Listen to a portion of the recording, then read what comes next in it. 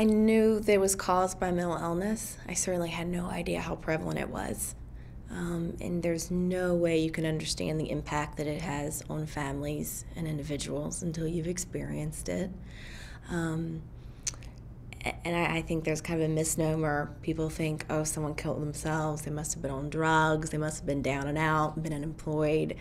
My dad was a good man. You know, he was a pastor. People loved him. He was good to people. My dad and I really loved the Beatitudes. That was a scripture that we shared and really found, I think, peace in. It kind of guided our faith. And one of the lines in the Beatitudes is, blessed are the poor in spirit. And when my dad died and the police came to tell us what happened, and they brought some of the belongings that were in the vehicle with him that he passed away in, we found out that he died with the Bible beside him, and it was bookmarked to the Beatitudes.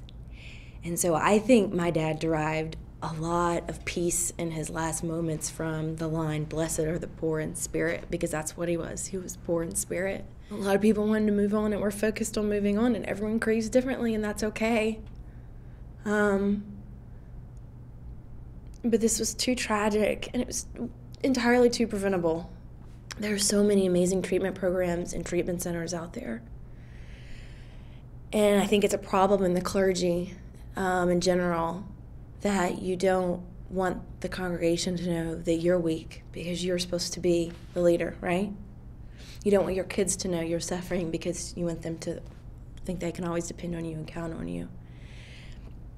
So the combination that he was in the clergy and he was my dad, I was really never privy to the pain that was happening. My dad, the day he died, I'm the only person he called. He just wanted to talk. He wanted to see what the dog was doing, how I was doing, how my week was. The president had just been elected, and he wanted to talk about that. And then I had to go because it was during the workday. And so I'm really glad that I'm the one he wanted to talk to that day.